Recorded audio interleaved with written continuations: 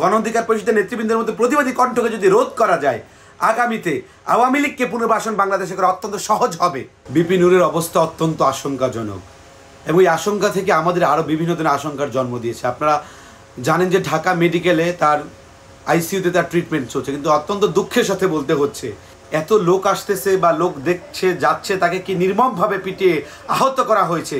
সেই জায়গায় তাকে কিছুক্ষণ পর বা আজকের পরেই নাকি তাকে আবার কেবিনে ট্রান্সফার করা হবে।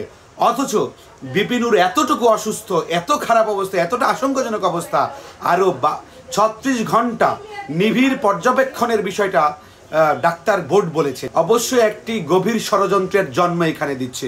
কেমন ষড়যন্ত্র বন্ধুগণ?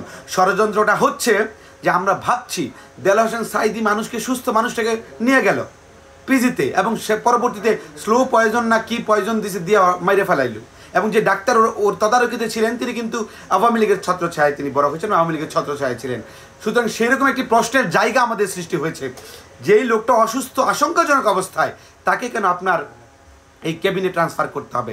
এই জায়গায় আমাদের সংশয় সন্দেহের জায়গা আরও বেশি পরিমাণ বেড়ে গেছে। যারা দায়িত্বশীল তারা চেনার পরেও যখন বিপি নুরের উপর জন্তু হায়নার মতো হামলা করে, এইভাবে নির্যাতন করে মুমূর্ষ অবস্থা সৃষ্টি করে, তখন আপনাকে ভাবতে হবে যে এই জায়গায় উপর মহলে কোনো প্রকার নির্দেশনার জায়গাটি রয়েছে কিনা। এবং ওনার যে ব্যক্তিগত নিরাপত্তা কর্মী শামস, উনি ফোন দিয়েছিলেন বিপি নূরকে, বলেছেন জাতীয় পার্টির বিরুদ্ধে যাতে কোনো প্রকার কথা না বলা হয়।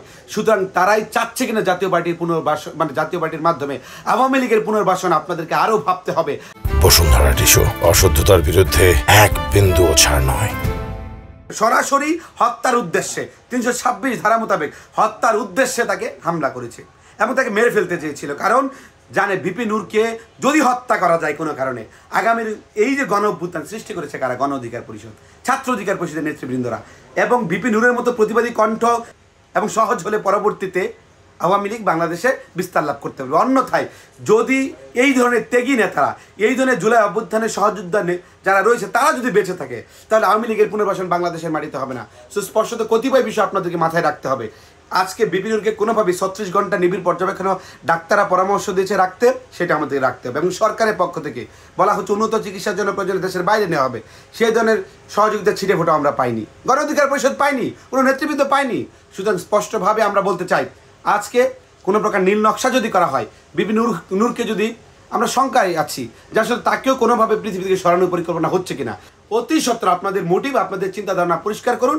আমাদের লড়াই চলছে এবং জাতীয় পার্টিকে অচিরেই সরকারে নিষিদ্ধ করতে হবে।